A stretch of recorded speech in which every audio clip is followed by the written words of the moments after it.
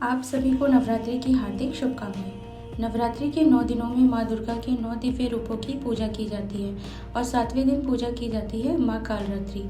माँ कालरात्रि का स्वरूप देखने में भले ही अत्यंत भयानक लगता हो, लेकिन भक्तों के लिए वे अत्यंत शुभ फल देने वाली हैं। इसी कारण उन्हें माँ शुभंकरी भी कहा जाता है। लेकिन क्या आप जानते हैं माँ दुर्गा को कालरात्रि का यह भयंकर रूप धारण क्यों करना पड़ा, और आखिर ऐसा कौन सा दानव था जिसे मारने के लिए देवी को अपना सबसे उग्र रूप धारण करना पड़ा। आज की कहानी में हम जानेंगे माँ कालरात्रि की अद्भुत और रहस्यमय कहानी। माँ दुर्गा का यह स्वरूप अत्यंत शक्तिशाली और उग्र माना जाता है। माँ कालरात्रि का शरीर घनी अंधकार के समान काला है और उनके लंबे केश खुले और बिखरे हुए रहते हैं। उनके गले में बिजली की तरह चमकने वाली माला सुशोभित होती है। माँ के 4 हाथ हैं। एक हाथ में लोहे का कांटेदार अस्त्र, दूसरे हाथ में कटार, तीसरा हाथ अभय मुद्रा में जिससे वे भक्तों को भय से मुक्त करती हैं, और चौथा हाथ है वर मुद्रा में जिससे वे भक्तों को आशीर्वाद देती हैं। माँ कालरात्रि का वाहन गदा है। उनकी नासिका से अग्नि की ज्वालाएं निकलती हैं और उनकी दृष्टि इतनी प्रचंड है कि दुष्ट शक्तियाँ उनका सामना नहीं कर पाती। प्राचीन समय में शुंभ, निशुंभ और रक्तबीज नाम के 3 अत्यंत शक्तिशाली दानव थे। उन्होंने कठोर तपस्या करके ब्रह्मा जी से कई वरदान प्राप्त कर लिए थे। वरदान प्राप्त करने के बाद वे अत्याचारी बन गए और तीनों लोकों में आतंक मचाने लगे। देवता, ऋषि, मुनि और मनुष्य सभी उनके अत्याचारों से पीड़ित हो गए। अंत में सभी देवता मिलकर भगवान शिव के पास कैलाश पर्वत पर पहुंचे और उनसे सहायता की प्रार्थना की। देवताओं ने भगवान शिव से कहा, हे महादेव, शुंभ, निशुंभ और रक्तबीज नाम के दानवों ने हमें बहुत परेशान कर रखा है। हमारे पास उनकी शक्ति का सामना करने का सामर्थ्य नहीं है। आप हमारी रक्षा कीजिए। देवताओं की बात सुनकर भगवान शिव ने अपनी ओर बैठी माता पार्वती की ओर देखा। भगवान शिव के संकेत को समझकर माता पार्वती ने देवताओं की रक्षा करने का निश्चय किया। उन्होंने अपने दिव्य तेज से माँ दुर्गा का रूप धारण किया।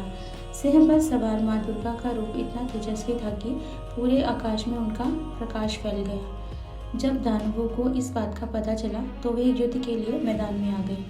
माँ दुर्गा और दानवों के बीच भीषण युद्ध हुआ।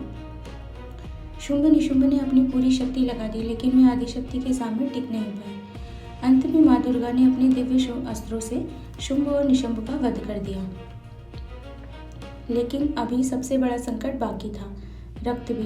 रक्तबीज कोई साधारण दानव नहीं था। उसने ब्रह्मा जी से एक ऐसा वरदान प्राप्त किया था कि उसके शरीर से गिरने वाली हर रक्त की बूंद से एक नया रक्तबीज उत्पन्न हो जाएगा। जब देवी ने उस पर प्रहार किया तो उसके शरीर से खून की बूंदें धरती पर गिरने लगी और हर बूंद से नए नए रक्तबीज पैदा होने लगे। कुछ ही समय में युद्ध भूमि हजारों रक्तबीजों से भर गई। यह देखकर देवी दुर्गा ने अपना उग्रतम स्वरूप धारण किया। उनके तेज से एक भयंकर शक्ति प्रकट हुई, माँ कालरात्रि। माँ कालरात्रि युद्ध भूमि में प्रकट हुई और उन्होंने अपने भयानक रूप से सभी दानवों को खपा दिया। जब भी देवी रक्तबीज पर प्रहार करती तो वे उसके शरीर से निकलने वाले रक्त को धरती पर गिरने से पहले ही अपने मुख में ग्रहण कर लेती थी। इस प्रकार रक्तबीज की शक्ति समाप्त हो गई। अंततः माँ कालरात्रि ने अपनी कटार से रक्तबीज का वध कर दिया। नवरात्रि के 7वें दिन माँ कालरात्रि की पूजा की जाती है। कहा जाता है कि इस दिन साधक का मन सहस्त्रार चक्र से स्थित होता है। इस दिन माँ कालरात्रि की उपासना करने से भय दूर हो जाता है, नकारात्मक शक्तियाँ समाप्त हो जाती हैं और साधक को अद्भुत आध्यात्मिक शक्ति प्राप्त होती है। माँ कालरात्रि को गुड़ का भोग अत्यंत प्रिय है। माँ कालरात्रि का यह रूप हमें सिखाता है कि बुराई कितनी भी शक्तिशाली क्यों न हो, अंत में जीत हमेशा सत्य और धर्म की होती है।